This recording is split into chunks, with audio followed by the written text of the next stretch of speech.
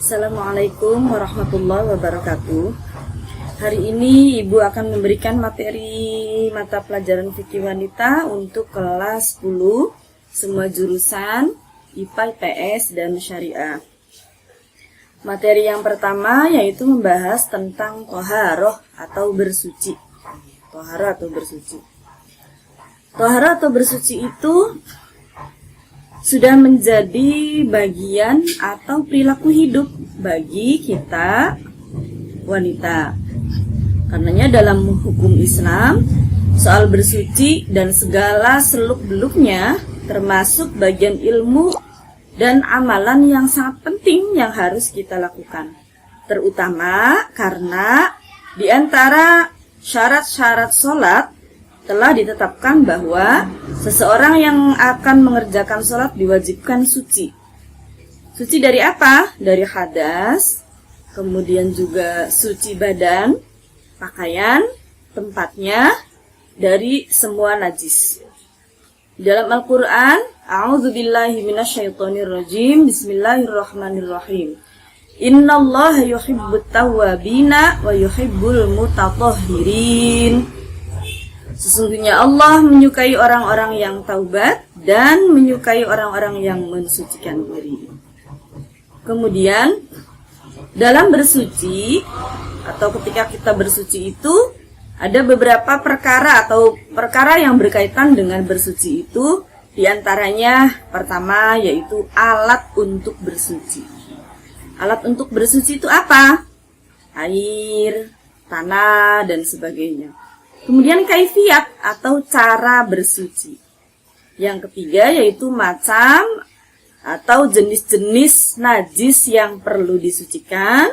Kemudian benda yang wajib disucikan. Kemudian sebab-sebab atau keadaan yang menyebabkan seseorang itu wajib untuk bersuci.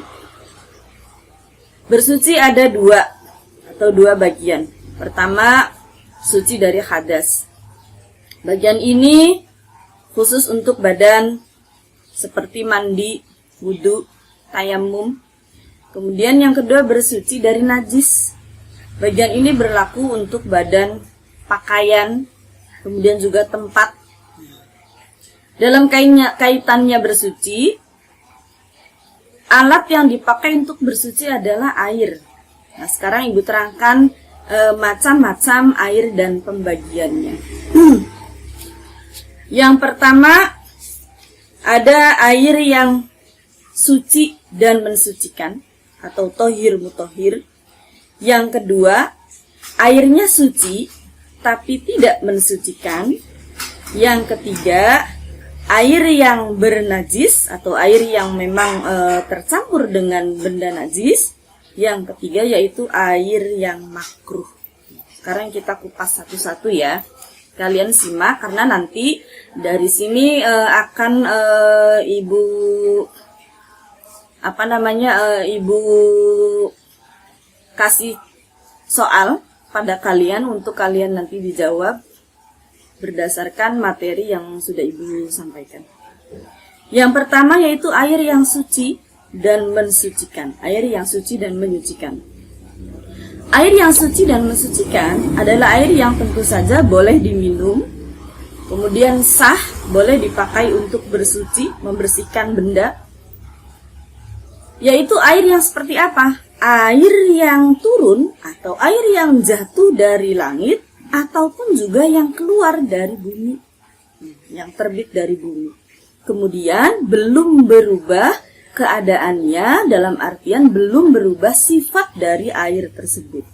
Contoh umpamanya air hujan, air laut, air sumur, air es, air salju, air embun. Itu semua adalah air yang suci dan mensucikan atau air mutlak disebutnya. Air es namanya air yang sudah hancur kembali kemudian dipakai, nah itu masuk kategori air yang suci dan juga mensucikan. Wa yunazzilu 'alaikum minas samaa'i ma'an liyutahhirakum bih. Dan Allah menurunkan kepadamu hujan dari langit untuk mensucikan kamu dengan hujan itu.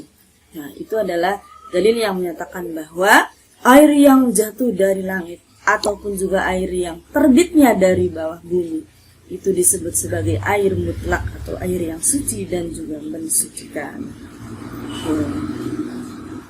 Kemudian perubahan air yang tidak menghilangkan keadaan atau sifatnya, sifat yang tadi suci dan mensucikan itu, walaupun perubahan itu terjadi pada salah satu dari semua sifatnya, yang 3, warna, bau, dan rasa, itu karena beberapa hal bisa saja. Pertama, umpamanya berubah karena tempatnya.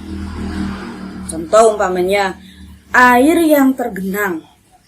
Kalau sudah lama nanti biasanya akan berubah. Ataupun juga air yang mengalirnya di batu belerang. Maka itu masuk dalam kategori air yang suci dan mensucikan. Air mutlak. Kenapa? Karena perubahan yang terjadi itu karena tempatnya. Bukan karena kemasukan benda yang bersifat najis. Kemudian berubah karena lama tersimpan. Contoh seperti air di dalam kolam. Itu lama-lama berubah. Bolehkah dipakai? Boleh. Kemudian juga berubah karena sesuatu yang terjadi pada air tersebut. Contoh, karena ikan. Ikan nih di dalam kolam, kemudian jelalatan, lari-lari si ikan ini berenang, otomatis si air ini berubah. Nah, itu tidak apa-apa. Atau kemudian juga berubah karena tanah yang suci. Yang kemudian perubahan ini umpamanya ya, sukar untuk dihindari, sukar untuk memeliharanya. Contoh umpamanya, ada sumber mata air yang di sekitar sumber mata air itu dikelilingi oleh pohon. Kemudian si pohon itu daunnya selalu jatuh ke dalam air tersebut sehingga si air ini berubah. Bolehkah dipakai? Boleh. Itu suci dan mensucikan. Karena kita sulit kalau setiap hari harus mikirin kira-kira si daun itu tidak jatuh ke dalam kolam tersebut. Maka itu diperbolehkan. Atau umpamanya juga air yang berubahnya itu karena tempatnya tadi yang awal ibu bilang. Umpamanya nih di dalam kolam tersebut lama-lama tumbuh lumut. Akhirnya si air ini berubah warnanya menjadi kehijauan. Boleh dipakai? Boleh. Karena si lumut ini akan tumbuh terus. Dibersihkan tumbuh terus, dibersihkan tumbuh terus. Berarti berubahnya itu karena tanahnya yang suci atau karena tempatnya yang memang tidak bisa terhindar. Kemudian yang kedua yaitu air yang suci tetapi tidak mensucikan. Zatnya suci, si air ini suci. Artinya si air ini boleh dikonsumsi karena dia suci. Tapi tidak sah dipakai untuk mensucikan sesuatu. Contoh umpamanya air kopi. Kopi tidak najis. Fanta, Coca-Cola, susu, semua itu zatnya suci, tidak ada yang najis. Tetapi tidak bisa dipakai untuk bersuci. Maka kategori air ini sebutnya air yang suci tetapi tidak mensucikan. Kemudian yang termasuk dalam bagian air yang suci tidak mensucikan itu adalah 1, air yang telah berubah salah satu sifatnya, baunya. Contoh umpamanya kopi berubah baik dari sisi warnanya menjadi coklat, rasanya menjadi manis, baunya menjadi harum. Maka berubah salah satu sifatnya karena bercampur dengan benda suci, dimasukkan kopi, dimasukkan gula, maka otomatis air itu bercampur dengan satu benda suci. Contohnya tadi, ini disebutnya air yang suci tapi tidak mensucikan. Zatnya suci, boleh diminum, boleh dikonsumsi, tetapi tidak bisa dipakai untuk bersuci. Air kopi tidak bisa dipakai untuk wudhu. Kemudian karena airnya sedikit, kurang dari 2 kula. Ada satu umpamanya bak, airnya 2 kula, kemudian berkurang, sudah terpakai untuk menghilangkan hadas, menghilangkan najis. Kemudian airnya tidak berubah sifatnya, tapi tidak pula juga bertambah timbangannya. Airnya suci. Tapi tidak bisa kita pakai wudhu kemudian kita nyemplung semua ke situ, tidak bisa. Lalu air pohon-pohonan atau air buah-buahan, contoh umpamanya air kelapa, air nira. Nah, kalau kalian tahu gula itu terbuat dari nira, itu mengeluarkan air si pohon itu.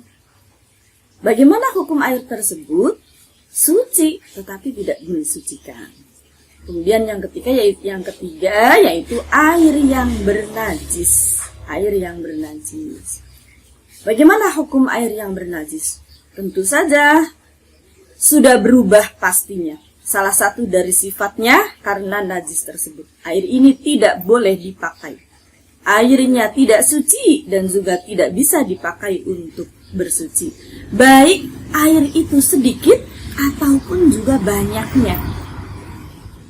Contoh, ada satu bak mandi yang ukurannya sudah lebih dari 2 kula, tetapi air itu berubah sifatnya karena kemasukan najis.